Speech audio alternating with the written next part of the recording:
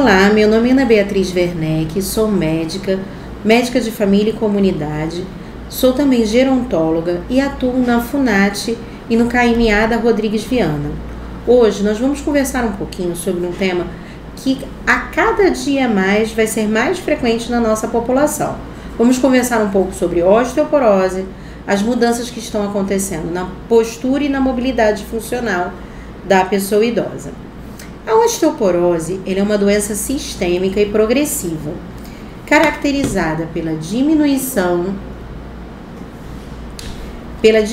da massa óssea e uma alteração na arquitetura dos ossos.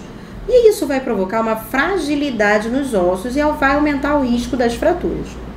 A força dos ossos ela é principalmente formada pela densidade e pela qualidade dos ossos. O osso, ele é continuamente depositado pelos osteoblastos e ele vai ser absorvido pelos osteoclastos, que estão onde eles estão ativos. E nos ossos vai acontecer um equilíbrio entre a deposição e a absorção óssea. Mas quando a gente está no momento da osteoporose, isso tudo se modifica. Existe uma desproporção entre a atividade osteoblástica, que vai estar reduzida, e a osteoclástica, que vai estar aumentada. Ou seja, vai haver uma absorção maior do que uma deposição. Aqui a gente vai ver a diferença dos ossos nas diferentes fases da nossa vida.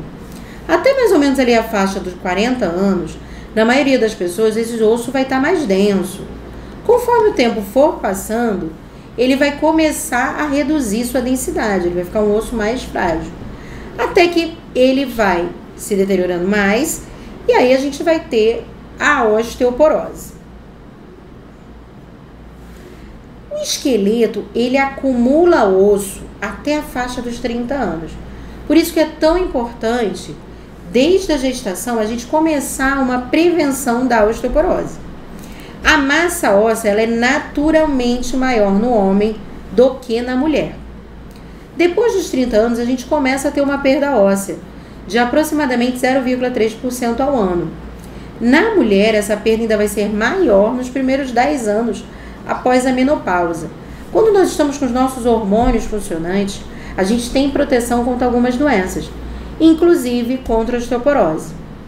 Essa perda óssea pode chegar até 3% ao ano e ela é maior na mulher sedentária. A osteoporose ela pode ser considerada uma epidemia silenciosa do próximo século, porque a expectativa de vida das populações ela vem aumentando. Então, cada vez mais nós vamos ver pessoas idosas e essas pessoas com doenças que são naturais do processo de envelhecimento. A gente considera que no Brasil, 1 a cada 3 pessoas vai receber em algum momento o diagnóstico de osteoporose, mas apenas 1 a cada 5 vai ser tratada. Ela é mais frequente em mulheres, especialmente mulheres brancas, acima dos 65 anos. Se acredita que aproximadamente 50% das mulheres acima dos 75 anos vão ter alguma fratura por osteoporose. Mas os homens também são afetados. 1/5 a 1/3 das fraturas de quadril acontecem em homens, particularmente o homem branco acima dos 60 anos. E aqui nesse gráfico, a gente vê um pouquinho essa diferença entre homens e mulheres. A gente pode observar como é que a massa óssea masculina e a feminina, ela vai ser mais densa no homem. O homem ele vai ter uma massa óssea maior, isso daqui é fisiológico, tá? E aí ele vai perder mais devagar. A mulher ela vai ter uma perda maior, principalmente após a menopausa, e a gente tem que considerar que esse acúmulo na mulher é menor. E aqui a gente tem que entender que a osteoporose ela é uma importante saúde pública, porque ela vai ser cada vez mais frequente e mais prevalente. E além disso, ela causa efeitos tanto na saúde física quanto na saúde emocional. Quando a gente ocorre a osteoporose e uma fratura por osteoporose, isso vai gerar imobilidade. E isso vai causar um prejuízo funcional nesse paciente. Pode haver invalidez por conta das incapacidades e das deformidades que podem acontecer nos pacientes afetados. E isso é um quadro que gera um alto custo aos sistemas de saúde, além do custo para as famílias. Indivíduos portadores de osteoporose, eles vão ter uma redução da força e da mobilidade. E isso vai ter um efeito na sua qualidade de vida. O controle da postura que vai se prejudicando, além dessa redução da capacidade funcional, vai aumentar o risco de quedas. E isso vai prejudicar a realização das atividades do indivíduo durante o seu dia a dia. A gente tem que lembrar que a gente considera um idoso saudável aquele idoso que é funcional. O idoso pode ter doenças, ele pode ter hipertensão, diabetes. 2 idosos da mesma idade podem ter doenças crônicas. Mas a gente considera que o idoso está indo bem quando ele é funcional, quando ele consegue realizar suas atividades do dia a dia. Quando ele toma banho sozinho, come sozinho, vai ao mercado. Isso é fundamental que seja conservado na pessoa idosa. Então, quando a gente tem um prejuízo nessa funcionalidade por conta de uma fratura por osteoporose, a gente vai ter um prejuízo na qualidade de vida. A perda da independência funcional por conta de uma incapacidade de caminhar é a principal consequência da fratura de quadril. E essa incapacidade funcional, que, como conversamos, vai ser prejudicial à qualidade do idoso, da sua família, causa um prejuízo também para a saúde pública e aumenta também o medo de quedas. A pessoa que caiu uma vez começa a ter medo de futuras quedas. Aqui a gente vê que a gente reduz a estatura conforme a idade, mas aí a gente pode ver algumas alterações que ocorrem do processo da osteoporose. A modificação da postura, as alterações em coluna vertebral. Isso pode acontecer no processo da osteoporose. Agora a gente vai conversar um pouquinho sobre os fatores de risco da osteoporose. Eles são divididos em fatores maiores e fatores menores. Como fatores maiores, a gente pode ter aí uma fratura causada por uma queda pequena, um trauma pequeno. O fato de ser mulher, baixa estatura, mulheres brancas e asiáticas, raça branca, independente se é homens e mulher, mas principalmente nas mulheres.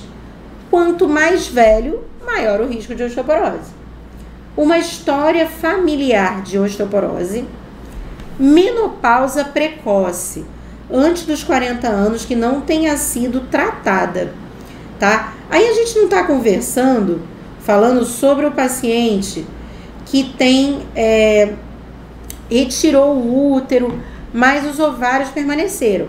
Se houver retirada dos úteros e o ovário está ali, ela não vai não vai entrar na menopausa. Ela simplesmente parou de menstruar. O uso de corticoide oral. Algumas doenças a gente acaba tratando com o uso de corticoide e a pessoa, infelizmente, vai ter que tomar. Principalmente as doenças autoimunes. Em alguns casos, a pessoa vai tomar o corticoide por um tempo mais prolongado. Nesse caso, é importante ficar atento às medidas protetivas da osteoporose. Fatores de risco que são considerados menores. Doenças que induzem a perda de massa. Amenorreia primária ou secundária. A amenorreia aí é a ausência de menstruação. Menarca tardia, ou seja, a pessoa que demorou muito a menstruar. Nuliparidade. Hipogonadismo primário ou secundário. Baixa estatura e baixo peso. Pessoa com IMC abaixo de 19. Perda importante de peso após os 25 anos. Uma baixa ingesta de cálcio e uma alta ingesta de sódio. Alta ingestão de proteína animal. Baixa exposição ao sol, imobilização prolongada ou fraturas prévias. Sedentarismo, alcoolismo, tabagismo. Uso de algumas medicações, como é o caso da ciclosporina, do lítio, da heparina, de anticonvulsivantes e hormônios tireoidianos. Alto consumo de alimentos ricos em xantinas, como é o caso do café, refrigerantes de cola, chá preto. Isso vai reduzir a absorção do cálcio, aumentando o risco de osteoporose.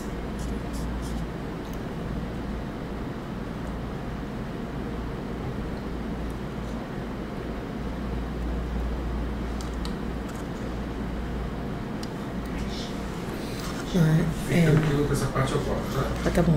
Chega, tava... Tu quer mais um pouquinho? Eu pego uma. Eu acho que sim, né? Que aí já fica aí, né? Mandando mensagem pro Jeff. E aí, aqui, se deixar aqui, aparece? Aparece. Eu vou cortar aqui pra você ver que aparece ou não aparece. Aparece até aqui. Isso. Você quer que eu dê um zoom em você? Não, sem zoom, filho. A pele não tá com make 4K, a gente não tem botoquinha. Nada de zoom, deixa do jeito que está.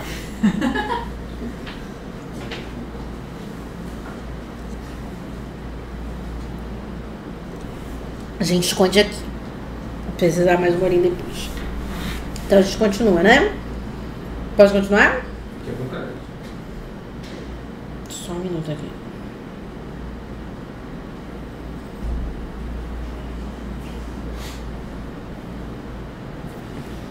Só um minutinho. Se quiser falar alguma coisa, assim, aí ele corta, né? Pois é, tá gravando aqui diretão. Na hora que eu for editar, antes de subir, já que não é pra hoje, né? Não é não. Se tu quiser programar um horário pra subir, ó, tal hora, quero no canal, tal, tá bom? Eu acho que já passou até pra Camila, ela já tem. É às 14 do dia. Tem as datas. Tem? Ela tem, Também.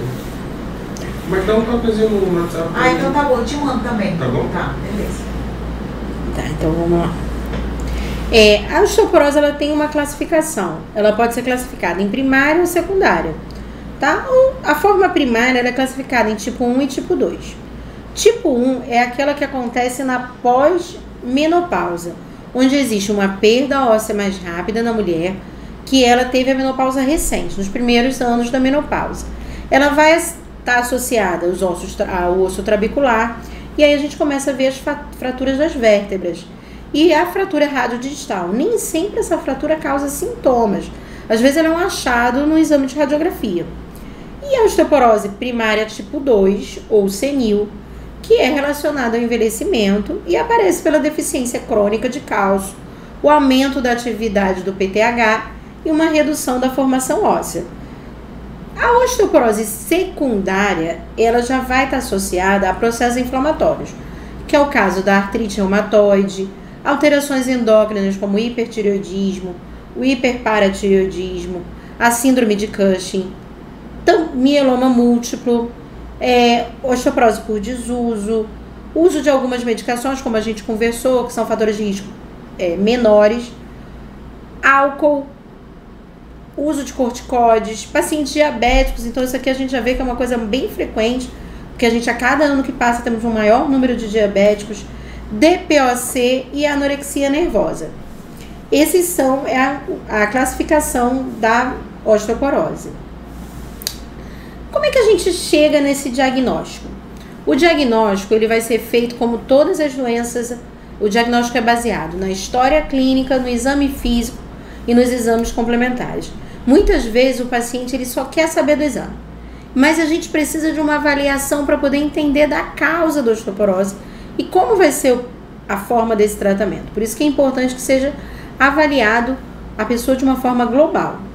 Como história clínica, é importante a gente coletar alguns dados, como a idade em que essa pessoa entrou na menopausa, se ela tem um histórico familiar, um histórico alimentar, se durante a vida teve uma ingestão adequada de cálcio, se tem uma prática de atividade regular, de atividade física, principalmente desde a infância. Vamos lembrar que a osteoporose é uma doença que se previne desde a gestação. Então, por isso que é tão importante que a criança, o adolescente, o jovem, seja estimulado à prática de atividades físicas e a uma alimentação adequada. Porque isso vai permitir com que, quando ele chegar na fase em que existe a perda da densidade óssea, ele tenha um bom estoque. Uso de café em excesso, e café e aí vão as xantinas, refrigerantes à base de cola, chá preto, cigarro, o álcool e, como conversamos, a atividade física. No exame físico, a gente vai avaliar peso e altura. Pessoas com baixo peso e baixa estatura têm um risco maior de osteoporose, hipercifose dorsal ou outras deformidades esqueléticas, abdômen profuso, algumas outras doenças aqui, a gente pensando na osteoporose secundária, como por exemplo, observar se a pessoa tem características do hipertireoidismo, que daí no caso a gente vê exoftalmia, que é aquele olho um pouquinho saltado, edema articular, que pode indicar uma artrite reumatoide, a face Cushingoide, que é aquela face em formato de lua. Isso daí a gente está pesquisando um risco de osteoporose secundária. E aí nós vamos ao diagnóstico por meio de exames complementares. A gente vai avaliar alguns exames de laboratório, como por exemplo, o hemograma, o VHS, eletroforese de proteína, função renal, aí vai ácido úrico, ureia, creatinina, cálcio, fósforo, fosfatase alcalina, dosagem de cálcio nas últimas 24 horas na urina, testosterona, vitamina D, exames de imagem, por exemplo, raio-x. Aí no raio-x a gente vai pesquisar se existe algum colapso nas estruturas dos ossos, principalmente dos ossos da coluna vertebral. Às vezes a gente vê um acunhamento desses ossos. O afinamento das corticais, a gente vai vendo que o osso vai ficando meio que como mais clarinho. E a densitometria óssea, que é o exame que vai dar pra gente uma avaliação mais completa da osteoporose. A densitometria não é um exame para ter medo, porque as pessoas às vezes têm muito medo porque acham que é parecido com a ressonância, mas ele não é. A gente vai mostrar agora para vocês uma imagem de como é que é feita a densitometria. A densitometria é uma máquina que ela é aberta, e aí essa máquina avalia os ossos e vê a densidade deles. E agora, quando que a gente pede a densitometria?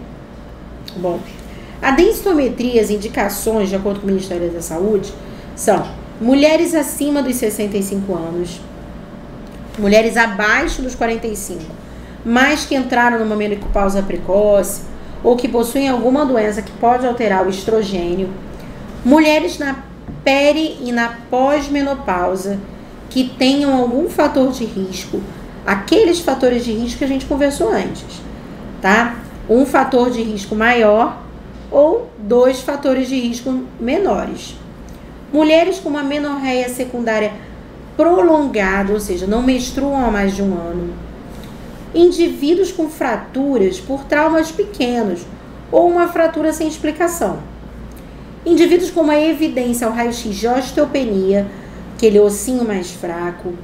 Homens com mais de 70 anos. Pessoas que têm uma perda de estrutura mais significativa, maior de 2,5 cm ou uma hipercifose torácica. Pessoas em uso de corticoide contínuo por mais de 3 meses, principalmente doses acima de 5 mg de prednisolona. Mulheres com baixo peso, índice de massa corporal abaixo de 19. Portadores de doença ou em uso daquelas medicações que falamos antes, que elas aumentam o risco de perda de massa óssea. E também o monitoramento da osteoporose. Você já fez uma vez, deu osteoporose, 1 ano de tratamento, foi feita uma nova avaliação. E o que a gente vai encontrar na densitometria? A gente vai encontrar que ela pode estar normal, pode haver uma osteopenia e a osteoporose. E aí é como vem nos scores da densitometria, tá? A normal é até -1, osteopenia entre -1 e -2,5, osteoporose abaixo de 2,5 e osteoporose estabelecida quando está abaixo de 2,5, associada a uma fratura. Aqui mais uma vez, mais uma imagem de como é que vem o exame de osteopenia e aí da densitometria óssea, e aí a gente vê que na coluna essa pessoa ela tem uma osteopenia e no fêmur também apresenta osteopenia, porque você vê que nos 2 exames a marcação tá ali no amarelinho, tá? Quando chega na osteoporose é quando a gente tem a marcação já no vermelhinho, indicando a existência de osteoporose. Então, como é que a gente se previne? A gente sabe que é uma doença relacionada com o processo do envelhecimento. Então, o que a gente faz para evitar ter a osteoporose? Aí a gente tem que conversar sobre as medidas preventivas Lembrando que essas medidas têm que ser feitas o mais cedo possível. Novamente, o ideal é a gente começar a cuidar da osteoporose desde o momento da gestação. A gente, no geral, tem uma baixa ingesta de cálcio. Lembrando que alguns alimentos atrapalham a absorção de cálcio. Então, às vezes, a pessoa toma o leite, mas ela toma o café. Aí, o café atrapalha um pouco a absorção de cálcio. Então, para ajudar, algumas vezes são necessários suplementos, e que podem ser utilizados até durante a gestação, tá? Lembrando sempre que toda suplementação deve ser feita com orientação médica e do nutricionista, tá? A gente corre o risco de tomar medicamento se não for orientado da forma adequada. Crianças entre 3, 4 e 8 anos necessitam de 500 miligramas de cálcio e 800 miligramas de cálcio por dia. Lembrando que esse cálcio, o ideal é que venha dos alimentos. A necessidade de cálcio nos adolescentes é mais ou menos 1.300 miligramas. Os adultos entre 15 a 50 anos, 19, né? Devem consumir entre 800 miligramas a 1.000 miligramas de cálcio por dia. Quando a gente entra no maior de 50 anos e dos idosos, a indicação é de 1.200 miligramas de cálcio. Mulheres com osteoporose devem ingerir entre 400 e 800 associados à vitamina D. Lembrando que nem sempre isso necessita ser com um suplemento. Se ela tem uma alimentação adequada, isso pode vir exclusivamente dos alimentos, tá? O ideal sempre é a gente tentar ao máximo receber os nutrientes por meio da nossa alimentação. E aí, quais são os alimentos que têm muito cálcio? Vegetais verdes escuros, aí a gente entra com espinafre, batata doce, o farelo de trigo, os alimentos lácteos, o queijo, leite, eles são alimentos que têm uma quantidade de cálcio um pouco maior. E o magnésio, ele pode ajudar na absorção do cálcio. A gente tem também a importância da vitamina D. Alguns alimentos são ricos em vitamina D, como óleo de fígado de bacalhau, que era comum antigamente, as mães davam para os seus filhos. A geração atual já se salvou do óleo de fígado de bacalhau, óleo de salmão, ostras, leite fortificado, ovo. Ovo é um alimento muito bacana, porque ele suplementa, ele é bem completo, então ele pode ser usado na nossa alimentação. As carnes, frango, peru, porco, vísceras, carne de boi, fígado, como a gente falou, as vísceras, né? Aí entra o fígado de galinha, fígado de boi, sardinha enlatada em azeite. Aí, para nível de vitamina D, é melhor a sardinha que vem no azeite, o atum do azeite, do que aquele que é embalado em água. Manteiga, iogurte, queijo, peixe truta, leite de soja e cogumelo. Exposição ao sol. A gente vive num lugar que é muito quente. E aí, por incrível que pareça, a gente faz o contrário, a gente foge do sol, né? Então, 15 minutos de sol, naquele período que o sol está um pouco mais tranquilo. Então, aqui no Amazonas, que o sol é bem intenso, antes das 9, depois das 15. Das 17 horas, 15 horas o sol ainda está muito forte. Ou 5 minutos de exposição ao sol, quando o sol está muito intenso. Se a vitamina D da pessoa está ok, ou está muito próxima ali do limiar, às vezes a gente mantém uma suplementação de 800 a 1.000 ml por dia. Novamente, cuidado com o uso de suplementos sem orientação, para você não usar um suplemento que vai te causar um prejuízo depois. A suplementação, ela vai ser regulada conforme a necessidade de cada pessoa. Não usem suplementos sem orientação profissional. Aí aqui a gente vê alguns alimentos, como a gente conversou antes, que são ricos em vitamina D e ricos em cálcio. Como a gente conversou, os laticínios, vegetais verdes escuros, o brócolis, o couve, agrião, o espinafre, peixes gordurosos, crustáceos, nozes, castanha, né? A gente tem aqui a castanha do Pará, que também é rica em selênio. Alimentos ricos em vitamina D, como fígado, fígado de boi, fígado de galinha, sardinha, ovo e exposição ao sol. Outra coisa que é super importante é a prática de atividade física. E aí a gente fala de uma atividade física regular, pelo menos 150 minutos por semana. E o ideal é que a gente combine exercícios aeróbicos e exercícios de força.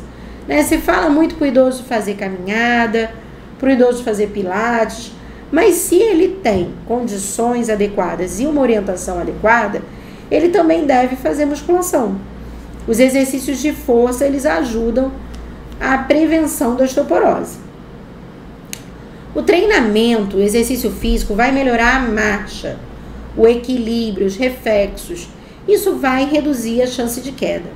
Existem pesquisas que falam sobre a prática do Tai Chi Chuan, que pode reduzir em até 47% as quedas e o que vai reduzir bem o risco de fraturas no quadril. A natação também pode ser usada, porque ela vai ajudar no relaxamento, na melhora da respiração. Mas aí são importantes a realização de alguns exercícios de impacto. Tá? Aqui a gente vê o idoso praticando atividade física, ela tem múltiplas funções, além da proteção da osteoporose, ajuda a reduzir estresse, melhora a nossa memória, reduz o nosso risco de depressão e ansiedade. Então, a atividade física que a pessoa gosta. Não adianta obrigar uma pessoa a fazer uma atividade física que ela não tem prazer naquilo. Tem que ser uma coisa que ela curta, que seja prazerosa. Aí entra a dança, entra o que é aquele que o idoso se adaptar melhor. Seguindo aí nas medidas preventivas, a gente tem que falar aqui dos estilos de vida. Porque são coisas que a gente vai fazer para a vida toda. Não é uma coisa que você vai estabelecer agora, vai fazer 1 mês e 2, acabou e não preciso fazer mais. É para a vida toda, tá? E, novamente, lembrando que você tem que começar o mais cedo possível. Ah, não fiz até agora. Vale a pena fazer? Vale. Nunca é tarde para a gente mudar, nem que seja aos pouquinhos, mas as mudanças são importantes. O estilo de vida positivo, ele vai levar a um melhor equilíbrio corporal. E aí a gente tem, o que é o estilo de vida positivo? É uma alimentação adequada, com alimentos mais saudáveis, alimentos que não sejam industrializados, prática de atividade física. Isso vai fazer com que a gente tenha uma densidade óssea melhor e uma redução no risco de quedas. Aí também conta a gente parar de fumar, quem fuma reduzir isso ou parar de vez, isso ajuda a ter um estilo de vida positivo. O estilo de vida negativo aumenta o risco de diversas doenças, e a gente não fala só da osteoporose, a gente fala também da hipertensão, da diabetes, aumenta o risco de infarto, mas também aumenta o risco da osteoporose. Porque isso leva a uma alteração maior no equilíbrio corporal, tanto naquele momento em que a pessoa está com o equilíbrio corporal estático, quanto na movimentação. Porque aí a gente tem uma perda de força muscular, principalmente na mulher. Como o homem ele tem uma massa óssea maior, uma massa muscular maior, ele vai perder mais devagar. A mulher ela começa a perder antes. Então a gente tem que ter um cuidado maior com isso. E isso vai prejudicar a nossa mobilidade e a nossa capacidade funcional, que é aquilo que a gente conversou antes. Quando a gente tem uma capacidade funcional boa, a gente vai conseguir continuar realizando as nossas atividades. O processo de envelhecimento ocorre com todos aqueles que têm o prazer de seguir vivos. A gente não tem opção, a gente não vai parar de envelhecer. O envelhecimento é um processo natural da vida.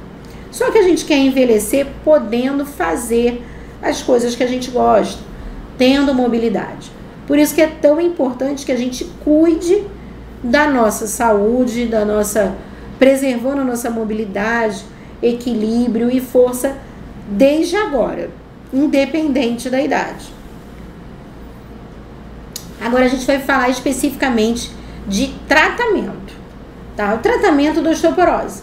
Novamente, a gente volta para a mesma questão que a gente estava falando da prevenção. Alimentos ricos em cálcio, suplementos que devem ser ingeridos junto com a alimentação. O ideal é que o suplemento, quando necessário, tenha inclusão de magnésio, porque o cálcio isolado ele pode piorar pessoas que já têm uma tendência à constipação. Agora, existem pessoas que têm um risco alto de cálculo renal, então aí a gente tem que ter um cuidado com o cálcio. tá? O ideal é que seja suplementos com citrato de cálcio. O suplemento de cálcio, ele consegue reduzir o risco de fratura em 10%. Isso daí deve ser individualizado. Porque a gente vê que algumas pessoas elas vão precisar de uma quantidade maior de cálcio do que as outras. O carbonato de cálcio pode ser usado na dose de 500 a 2.000 miligramas por dia. Novamente, isso vai de pessoa para pessoa. E a gente tem aí também o calcitriol. Reposição hormonal. Pacientes com uma menopausa precoce, elas podem precisar de reposição hormonal com estrogênio. E até também pacientes naquele início da menopausa, nos primeiros anos, de acordo com a indicação do ginecologista ou do endócrino, podem precisar da suplementação de estrogênio. Tá? A suplementação, quando bem indicada, ela reduz em até 50% a incidência das fraturas. A dose é ajustada de pessoa para pessoa. Algumas mulheres vão precisar de mais, especialmente mulheres que fumam. Já as mulheres obesas, elas precisam de menos. A reposição está indicada no início da menopausa.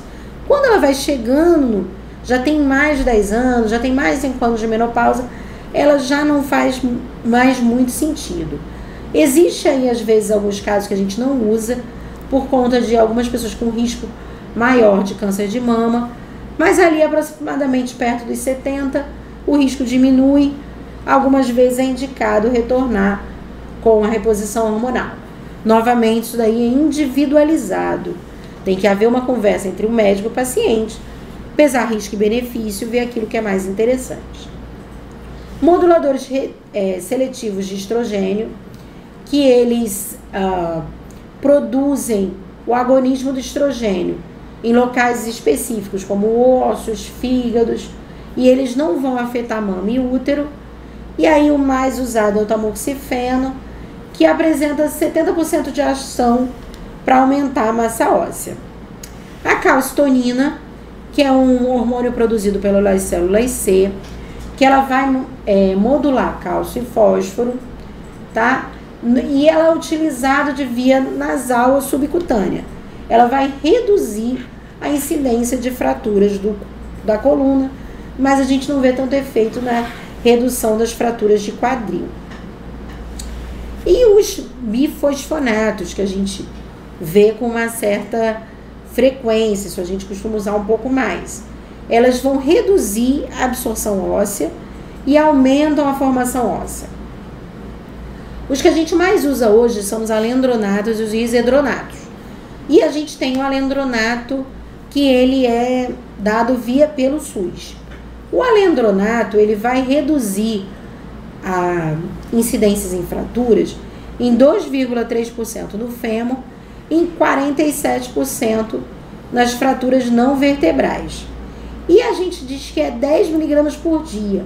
Normalmente a dosagem que a gente tem no SUS é 70 miligramas. Então ela acaba sendo usada uma vez na semana. Mas pode causar esofagite. Por isso que a gente orienta que depois de tomar o alendronato, ele tem que ser em jejum, tem que ficar 40 minutos sem ingerir outro alimento, tem que caminhar, andar, não pode tomar e deitar. Tem também o pamidrato IV, ele não é tão comum. O risedronato, a gente já é mais frequente. Ele reduz o risco de fraturas de coluna. Ele pode ser usado uma vez na semana. E a gente tem o ibandronato, que é da mesma família, que é utilizado uma vez por mês. Lembrando que pelo SUS a gente tem a liberação do alendronato com orientação médica em receita e a gente tem um período de uso da medicação. Tá? Os bifosfonados a gente usa por um período ali de até 5 anos no máximo, mas sempre com uma orientação individualizada. Tá? Normalmente a gente passa por um período de 1 ano, reavalia, mas um período máximo aí de uns 5 anos. Esse aqui a gente já tinha falado que é calcitonina. Apertei o botãozinho errado. A gente tem aí também a iproflavona e o fluoreto de sódio. Isso aqui são menos comuns da gente ver no tratamento na prática clínica. O tempo de tratamento é de aproximadamente 3 a 5 anos, e aí a gente está falando do tratamento dos bifosfonados, porque o tratamento com as medidas alimentares, atividade física, esse é para a vida toda. E a gente vai falar um pouquinho sobre as fraturas por osteoporose, que é uma complicação da osteoporose. E elas acontecem especialmente em idosos com baixa densidade óssea. As mais frequentes são as fraturas de coluna, que normalmente são as primeiras a aparecer, fratura de quadril, fratura de punho, fratura de costela. Os fatores de risco para a fratura: baixo peso corporal, porque a gente tem uma redução da massa muscular, perda recente de peso, especialmente uma perda grande de peso, pacientes que tiveram fraturas anteriores, histórico de fraturas osteoporóticas da família e o tabagismo. A consolidação óssea com uma fratura, ela no geral é aceitável. E uma estabilização óssea parece que não é afetada com o processo do envelhecimento. Ele corta, né? Quer mais água? Não, agora acho que dá pra acabar, porque agora falta pouquinho. Quer dar uma respirada? É porque vai, né?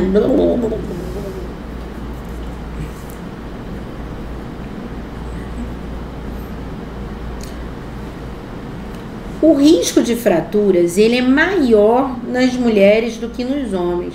Porque como a gente estava conversando, o homem ele tem uma maior massa muscular, ele tem uma maior massa óssea, então as mulheres elas acabam são um pouco mais afetadas por essas situações. Então o risco de fratura no quadril é 2 a 3 vezes maior nas mulheres do que nos homens. A mortalidade nos homens, ao contrário, é maior. Peraí, deixa eu voltar isso aí para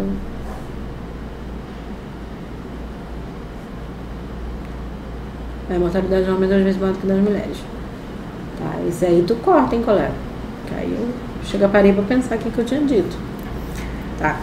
A fratura, o risco de fratura no quadril é 2 a 3 vezes maior nas mulheres do que nos homens. Porque como a gente conversou, pela fisiologia, os homens eles têm uma maior massa óssea e uma maior massa muscular do que as mulheres. Então as mulheres são mais afetadas pela osteoporose. A mortalidade, pode acontecer mortalidade nos homens, existem também fraturas em homens, e ela pode ser 2 vezes maior do que nas mulheres. Dor, limitação e modificação de estilo de vida associados a fraturas de vértebras podem acontecer. A pessoa pode ter medo depois que se recuperou de voltar a caminhar. Algumas pessoas elas não se recuperam completamente e elas ficam apresentando deformidades, dificuldades de deambulação, que vão gerar dor, vão gerar restrição na movimentação. Algumas pessoas até acabam ficando acamadas. Além disso, podem haver alterações psicológicas, como medo, depressão, ansiedade, irritabilidade, que podem atrapalhar o processo da recuperação após uma fratura provocada pela osteoporose, ou pelo menos facilitada pela osteoporose. Aqui a gente vê nesse raio-x uma fratura inicial, uma fratura de vértebra, que se ela estiver estável, a gente não realiza nenhum procedimento, mas ela é uma fratura causada por osteoporose. A gente vê que uma das vértebras ali, ela tá menorzinha, tá? E ali a gente vê também uma fratura de fêmur, de colo do fêmur. Aqui a gente vê como é que ela tá, ali tem uma separação do osso da cabeça do fêmur, e isso daqui é uma fratura na bacia, que vai gerar dor e dificuldade de movimentação. Fraturas de coluna, 27% das mulheres acima dos 65 anos, elas podem ter alguma fratura vertebral, que muitas vezes é um achado durante a realização de um raio-x por algum outro motivo. 33%, ou seja, não é uma incidência nem tão grande, ela é associada a uma queda. Entre 10% a 20% podem acontecer quando se levanta algum peso, mas 50% são espontâneos. Então isso mostra como muitas vezes a osteoporose ela acaba sendo subdiagnosticada. E aí quando a gente descobre é quando já aconteceu uma fratura. A osteoporose, nas suas fases iniciais, ela não causa dor. A dor ela tem uma outra causa. Aí quando a gente começa a tratar a osteoporose, ela pode ter algum processo doloroso, mas nos quadros mais avançados, tá? As fraturas, elas podem causar uma dor residual, uma redução nas alturas dos corpos vertebrais e a cifose. A gente pode também ter fraturas de ossos longos. As fraturas que são estáveis, a gente evita repouso prolongado, começa uma atividade física, e nesse caso aqui ela não vai precisar de cirurgia. Já as fraturas instáveis vão ser necessário um processo cirúrgico, uma estabilização para ter uma recuperação mais rápida. Além disso, também a gente vai ter que fazer, após esse processo, fisioterapia, atividade física para restabelecimento da função e também para um aumento da força muscular. O que a gente quer deixar aqui de recado para vocês hoje? A gente sabe que o processo de envelhecimento é um processo natural. E para a gente ter esse processo de uma forma o mais saudável possível, a gente precisa ter um cuidado com as medidas preventivas. As principais são ter uma alimentação saudável, adotar um estilo de vida positivo, com redução do álcool, cigarro, realização de atividades físicas de forma regular, atividades sociais. Isso tudo vai fazer com que a gente envelheça de uma forma que seja mais saudável, mais tranquila, fazendo com que tenhamos uma mobilidade e uma funcionalidade conservadas quando estivermos mais velhos. Isso vale tanto para a pessoa que está em processo de envelhecimento, e aí quando a gente fala em processo de envelhecimento, a gente está falando desde a criança, porque a partir do momento que a gente já está na barriga da mãe, a gente já começa a envelhecer. Não existe uma fórmula mágica, fiz 60 anos, agora que eu estou envelhecendo. A gente começa a envelhecer a partir do nosso primeiro dia. Daí para frente é um processo natural. E a gente tem que cuidar da nossa saúde, da saúde dos nossos filhos, dos nossos familiares, para poder eles terem um envelhecimento saudável. Não importa em qual momento da vida você está. A partir do momento que a gente toma uma decisão de ter uma vida mais saudável, isso pode acontecer em qualquer faixa, que vai ter um efeito positivo. Quanto mais cedo essa decisão for tomada, os efeitos vão ser mais significativos. E isso vale para todas as doenças, inclusive para a osteoporose. Particularmente mulheres.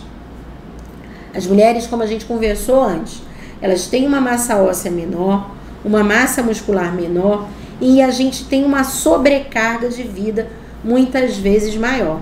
A mulher, ela tem o que a gente chama hoje de carga de trabalho contínua. A mulher trabalha em casa, trabalha na rua, e além disso elas têm umas cobranças sociais maiores. E muitas vezes a mulher é responsável pelo cuidado, muitas vezes da criança, da família e do idoso. Se essa mulher não tiver um momento de autocuidado, um momento de cuidar da sua saúde física e emocional, esses processos eles vão ser muito significativos. Por isso que nós vemos que a mulher ela envelhece, mas nós temos um maior número de idosos, mas elas envelhecem pior, com uma qualidade de vida mais prejudicada do que os homens. Então, quanto mais cedo nos cuidarmos, quanto mais tivermos esse olhar para ter uma vida saudável, menos riscos vamos ter de osteoporose no futuro.